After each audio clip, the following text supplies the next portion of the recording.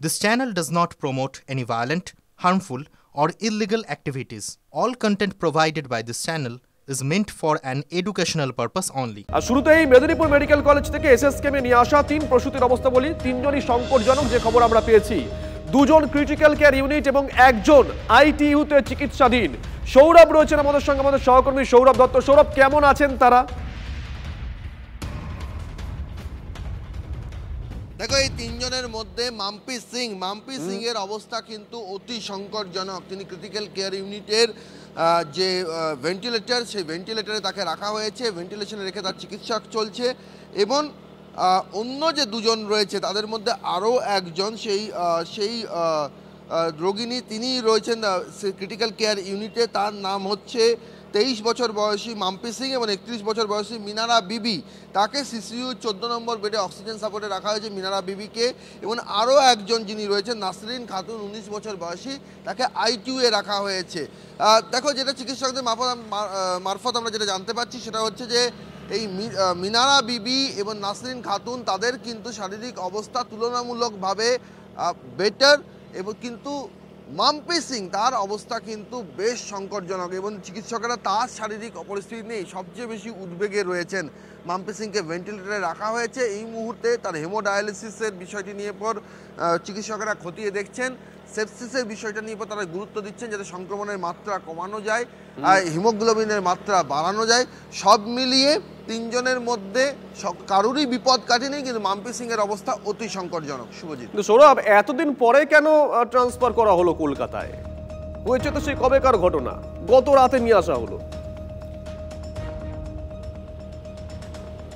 শুভজিৎ, দেখো, এই প্রশ্নটা কিন্তু রবিবার দুপুর থেকে উঠতে শুরু করেছে। যেই মুহূর্তে এই সিদ্ধান্ত প্রকাশ্যে আনা হয় যে এই 3 জনকে কলকাতার এসএসকেএমে স্থানান্তর করা হবে, সেই মুহূর্তেই কিন্তু চিকিৎসক সংগঠন যারা রয়েছেন, যারা জুনিয়র চিকিৎসকরা রয়েছেন, তারা কিন্তু এই প্রশ্ন তুলতে শুরু করেছেন। তার কারণ আছে।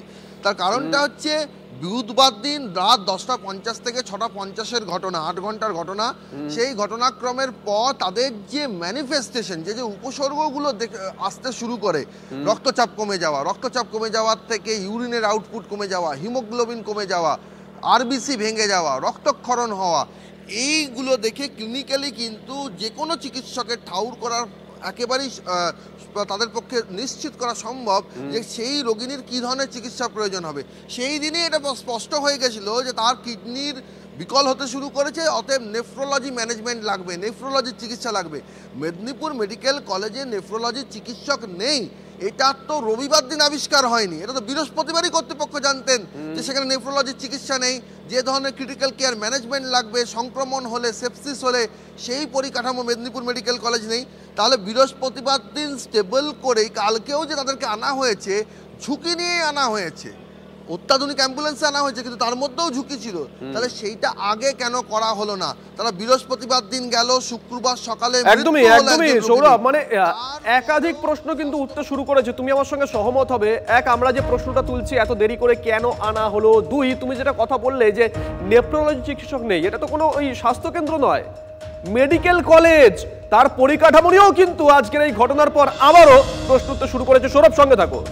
বিতর্কিত স্যালাইন নিয়ে গতকালের পর ফের বৈঠকে স্বাস্থ্য দপ্তরের বিশেষজ্ঞ দল।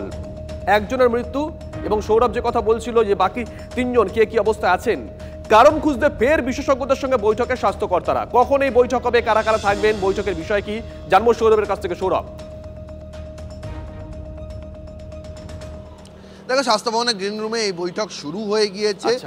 যারা বিশেষজ্ঞ দলের 13 জন সদস্য রয়েছেন তারা কিন্তু এখানে বৈঠকে হাজির রয়েছেন। মেদিনীপুরে যারা চিকিৎসকরা ছিলেন তাদেরও এই বৈঠকে থাকার কথা।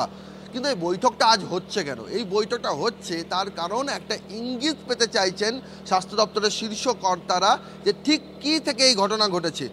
2টো সম্ভাবনার কথা বলা হচ্ছে। স্বাস্থ্যকর্তারা যে সম্ভাবনার কথা তুলে প্রশ্ন তুলছেন, যে প্রশ্নগুলো তুলছেন, তারা 1 নম্বর প্রশ্ন তুলছেন যে কেন মেদিনীপুর মেডিকেল কলেজের গাইনি বিভাগে এই 5 জনের সঙ্গেই এই ঘটনাটা ঘটলো। কারণ ওই রিঙ্গাল ল্যাক্টেট সলিউশন, ওই কোম্পানির সলিউশন অন্যত্র ব্যবহার করা হয়েছে, মেদিনীপুর মেডিকেল কলেজের অন্য বিভাগও সেদিন সার্জারি ছিল, তাহলে সেই ক্ষেত্রে কোনো আউটকাম হলো না। শুধুমাত্র গাইনি বিভাগেই কেন এটা ঘটনা ঘটলো, একটা ক্লাস্টারে কেন ঘটলো, একটা ওয়ার্ডে কেন ঘটলো? কিন্তু চিকিৎসকদের একাংশ আরেকটা যে সম্ভাবনার কথা বলছেন, তারা বলছেন যে রোগীদের যে শারীরিক পরিস্থিতি হয়েছে সকলের ক্ষেত্রেই মোর অর লেস সেম। অস্বাভাবিকভাবে রক্তচাপ কমে যাওয়া, সলিউশন দেওয়ার পর অস্বাভাবিকভাবে রক্তচাপ কমে যাওয়া, কাঁপুনি দিয়ে জ্বর, হিমোগ্লোবিন কমে যাওয়া, আরবিসি ভেঙে যাওয়া, রক্তক্ষরণ শুরু হওয়া, ইউরিন আউটপুট কমতে কমতে কিডনি বিকল হয়ে যাওয়া, এই যে এত কিছু ঘটনাক্রম, এটা শুধুমাত্র হিউম্যান এরার বা চিকিৎসকদের গাফিলতি দিয়ে বা নার্স বা স্বাস্থ্যকর্মীদের গাফিলতি দিয়ে হতে পারে না। তার কারণ তারা বলছেন যে চিকিৎসকদের গাফিলতি বা হিউম্যান এরার যদি থাকে তাহলে শিরা কেটে রক্তপাত হতে পারে বা তাদের ভুলে রোগী সংক্রমণের শিকার হতে পারেন। কিন্তু কিডনি বিকল হয়ে যাচ্ছে, হিমোগ্লোবিন কমে যাচ্ছে, আরবিসি ভেঙে যাচ্ছে। মূল বিষয় হচ্ছে আজকে কারণটা খুঁজতে আজকে এই বৈঠক আবার হচ্ছে। গতকালও বৈঠক হয়েছিল, কিন্তু গতকাল বৈঠক থেকে বেরিয়ে কিন্তু আমরা মোটামুটি যে বক্তব্য শুনেছিলাম তাতে এটা স্পষ্ট যে তারা এখনই ওই বিতর্কিত স্যালাইন থেকেই যে এই ঘটনা ঘটেছে সেটা বলতে নারাজ। কারণ খুঁজতে আজকের এই বৈঠক, দেখা যাক আজকের বৈঠকের পর কি বার্তা আসে। স্যালাইন কাণ্ডে কলকাতা হাইকোর্টে জনস্বার্থ মামলা, বড় খবর আজকে নিঃসন্দেহে। জোড়া মামলা দায়েরের অনুমতি প্রধান বিচারপতির। মামলা দায়ের বিজয়া সিংহাল এবং কৌস্তব বাগচির। 2024-এর মার্চে কর্ণাটক সরকার এই স্যালাইন প্রস্তুতকারী সংস্থাকে নিষিদ্ধ করার পরেও এ রাজ্যে কিভাবে ব্যবহার করা হচ্ছে বিষাক্ত স্যালাইন, প্রশ্ন তুলে মামলা হাইকোর্টে। চলতি মাসেও আরজিকর হাসপাতালে এই স্যালাইন ব্যবহার করা হয়েছে দাবি মামলাকারীর। আগামী বৃহস্পতিবার মামলার শুনানির সম্ভাবনা।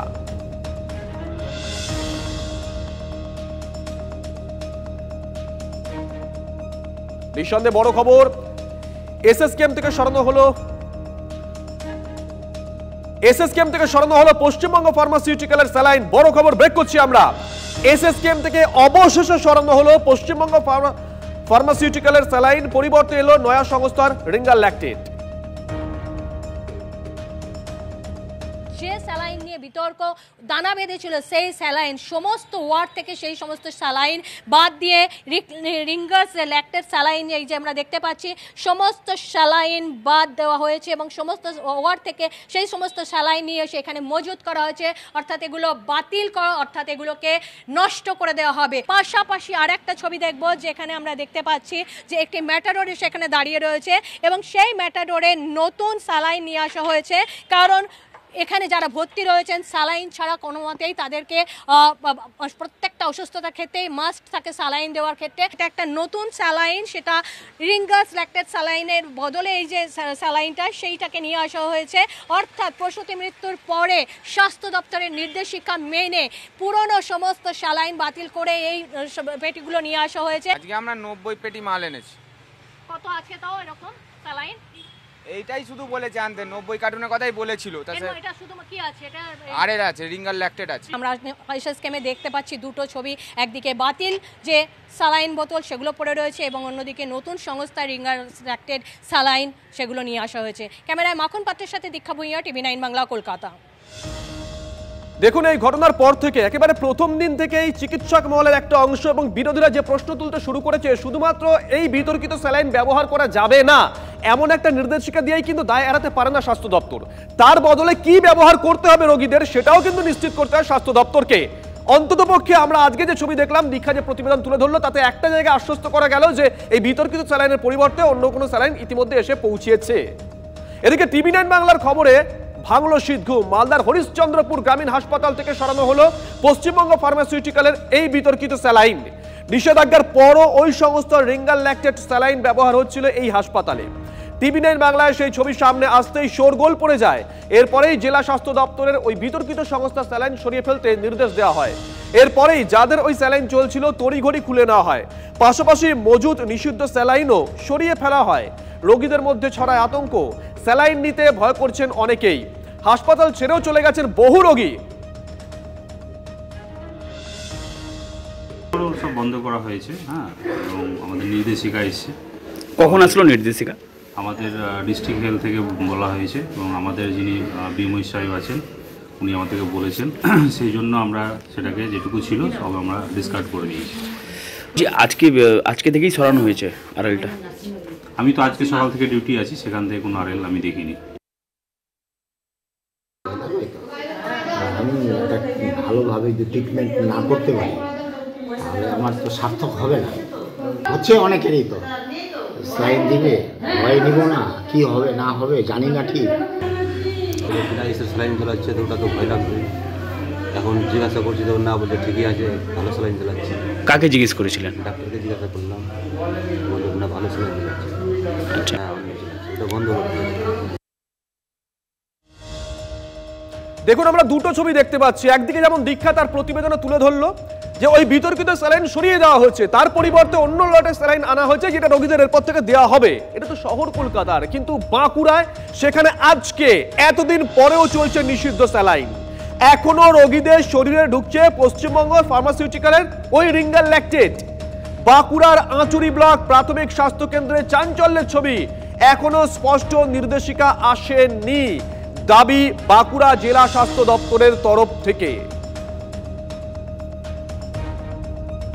দাঁড়িয়ে রয়েছি আঁচুরি ব্লক প্রাথমিক স্বাস্থ্যকেন্দ্রে এবং সেখানে আমি দেখাতে চাইবো এই যে ওয়ার্ড, সেই ওয়ার্ডে যে স্যালাইন চলছে সেই স্যালাইন কিন্তু পশ্চিমবঙ্গ ফার্মাসিউটিক্যালসের স্যালাইন, এবং দেখাই যাচ্ছে যে পশ্চিমবঙ্গ ফার্মাসিউটিক্যালসের যে এনএস ধরনের স্যালাইন, সেই স্যালাইন কিন্তু রোগীর শরীরে যাচ্ছে। এবং এই পশ্চিমবঙ্গ ফার্মাসিউটিক্যালসের স্যালাইন যে চলছে তার কিন্তু প্রমাণ দেখা যাচ্ছে এই হাসপাতালে শুধুমাত্র মেল ওয়ার্ডে নয়, তার পাশাপাশি ফিমেল ওয়ার্ডেও কিন্তু পশ্চিমবঙ্গ ফার্মাসিউটিক্যালসের যে উৎপাদিত এনএস, সেই এনএস ব্যবহার করা হচ্ছে। এবং এখানে দেখাই যাচ্ছে যে পশ্চিমবঙ্গ ফার্মাসিউটিক্যালসের বেশ কিছু এনএস ধরনের স্যালাইন তা কিন্তু মজুত করে রাখা হয়েছে। স্যালাইন এখানে রাখা আছে, তো পশ্চিমবঙ্গ ফার্মাসিউটিক্যালস, হ্যাঁ এটাই চলছে, এই স্যালাইনই চলছে। হ্যাঁ এটা এনএসটা চলছে, এটা কিন্তু আরএল চলেনি, কিন্তু স্বাস্থ্য ভবন সূত্রে তো এটা বন্ধ করা হয়েছে। এনএসটা তো বলেনি সেরকম। আরএল তাহলে কি করছেন? আরএল আমাদের চলছে না, যদি ডক্টর অ্যাডভাইস করে সেইভাবে তাহলে দেওয়া হবে। কিন্তু যেখানে স্বাস্থ্য দপ্তর পশ্চিমবঙ্গ ফার্মাসিউটিক্যালসের সব ধরনের স্যালাইন ব্যান করেছে, সেখানে কিভাবে একটি সরকারি হাসপাতালে এই ধরনের স্যালাইন চলছে তা নিয়ে কিন্তু রীতিমতো প্রশ্ন উঠছে বিভিন্ন মহল থেকে। বাঁকুড়া আঁচুরি থেকে ক্যামেরায় বুধন কর্মকারীর সঙ্গে হীরক মুখার্জি, টিভি9 বাংলা।